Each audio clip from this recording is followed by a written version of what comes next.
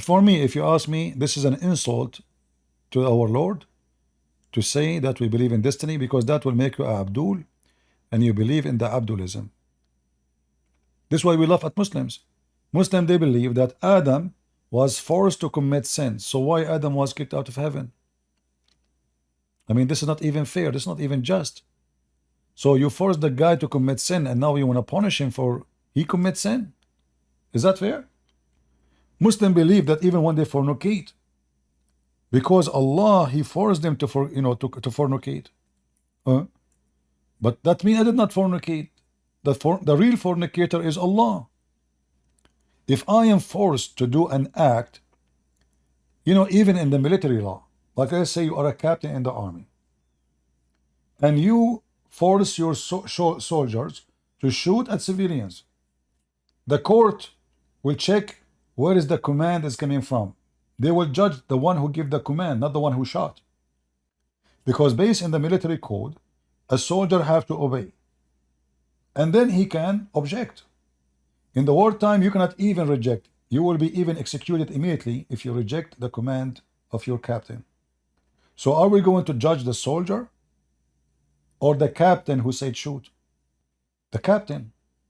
So if Allah is the captain here, and He is the one who forced you to commit fornication, who is the one really who commit the fornication? You have no choice, you're forced. There is tons of verses. This is Sahih Muslim 2557b. Adam, this is about fornication here, not about Adam. And we can show you the one about Adam, how Allah, He forced Adam to commit sin. Even He wrote his destiny 40 years before his creation. So predestiny is a very unpleasant description to give it to God, the true God, because that will make Him unjust, will make Him not fair, will make Him Satan. This is evil. I make you a rebel woman and then I say to you, shame on you. Like there is a hadith where Muhammad says, if you not commit sin, if you mankind don't commit sin, Allah will destroy you. But how in the world that work? Well, this is evil. If you don't commit sin, Allah will destroy you. So the purpose of Islam, actually, when Allah created mankind, He wanted them to sin. But this is the opposite of what Christ and the Bible teach. The Bible make it so clear that the devil, Satan, is the father of all lies. And the lies we are talking about here is sin. Every lie is a sin. You lie to yourself, you say, well, I am, this woman, she is obviously, she like it, let me rape her. So you convince yourself with your own lie, and you call it whatever you call it, and then you go for it and you do the action of raping a woman. You lie to yourself, you justify it, you say, oh, those rich people, they have money, I don't have money. So, this is not fair. So now you justify it too. But this is a lie. Theft is a theft. So then the lie will become your truth, but still that will not save you from being a liar and being a thief. Muhammad said, by the one who is hands my soul, which means Allah, were you not to commit sin, Allah would destroy you and replace you with people who commit sin and seek forgiveness from Allah. And here you see how stupid, evil this cult is. So now Allah, He forced to commit sin. And Muhammad explained that the reason you are a sinner is not a choice. And you know what? Allah did not create you to enjoy you being good. Allah enjoy one thing. You are a sinner and you are begging for forgiveness. And this is kind of a sickness of mental illness. Like, you have let's say you have a child, and this child is perfect. He don't break the law of the house. He always obedient. He always clean. He always on time. He is always etc. But you love to see him crying, begging for mercy. So such a person is not pleasant to have him around, because your personality is to see people begging you. It's like a person who like to show off that he is in charge. He have mental illness. So what he do, he go to a place where he do something, and then he hurt people because he is powerful, because he's a gang leader, because he's a rapist, and then those people, they beg him for mercy. This is Allah. He will force you to do things because the purpose of your existence is to beg for mercy. Here he finds himself very important. If you are not begging for mercy and you did not commit sin, well, how he can feel he is important? God in Christianity is totally the opposite. You are out of heaven because you are a sinner. Here you are going to be destroyed because you are not sinning. See, the Muslim, they keep using the word replace you, but in fact it says it clearly, destroy you. Destroy you. Allah will destroy you. And this is, by the way, prove Islam to be false, because this is opposed the story of Adam and Eve. Adam and Eve, they were kicked out of heaven. Muhammad, he took the story from us. He put it in his Quran.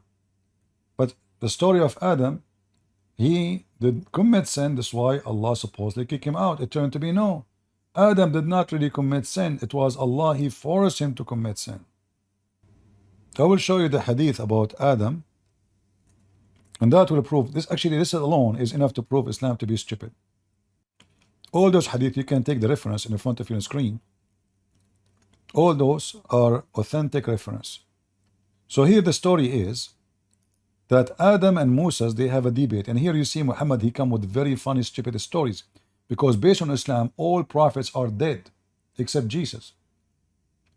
So how in the world Adam and Moses they met, and where? This person Muhammad is either this story is a fabrication, or it happened for real. If it's a fabrication, well, Muhammad is fabricating. If it's real, who is a Muslim can explain to us? Isn't it you Muslim says that the first one Allah will raise from between the dead in the day of judgment is going to be Muhammad?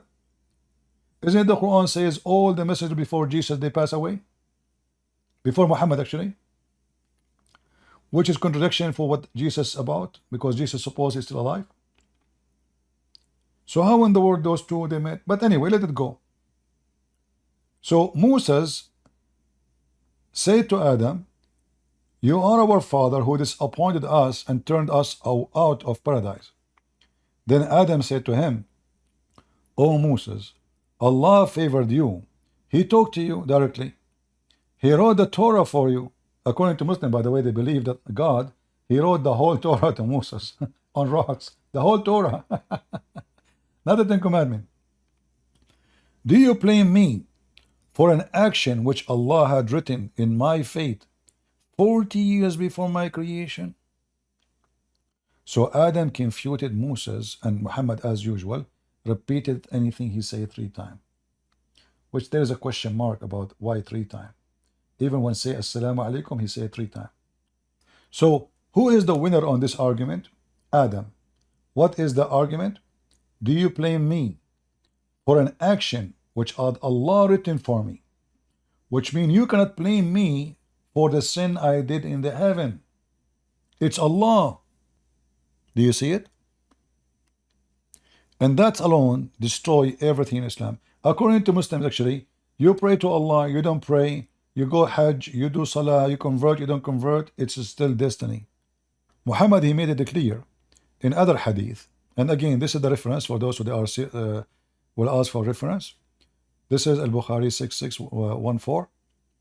You go to different hadith, you will see clearly Muhammad even making it even more ugly and more stupid. So Adam did not commit sin. Allah forced him to commit sin. You did not commit. And by the way, this hadith here proved to us something else.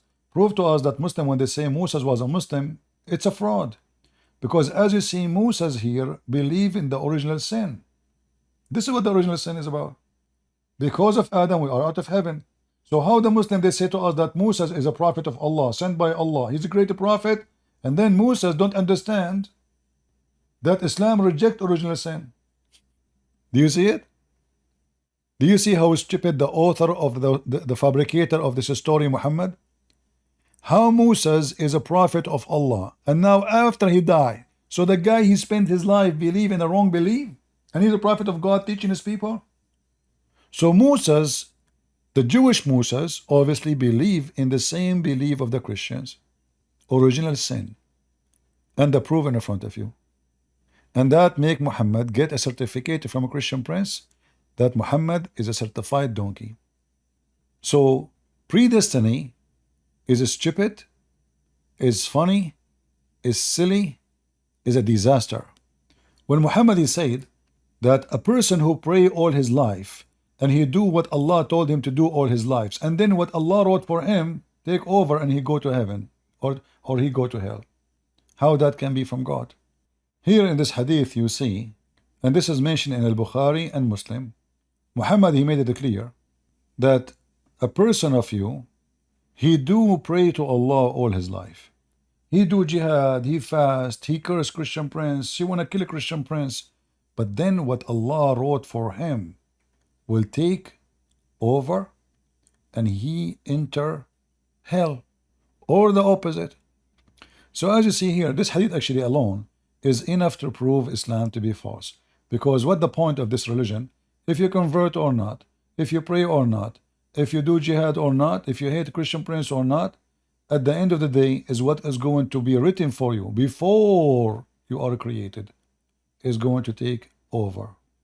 Destiny. Read what Muhammad said. Muhammad, he swears as usual. When you see somebody swearing too much, obviously he's lying.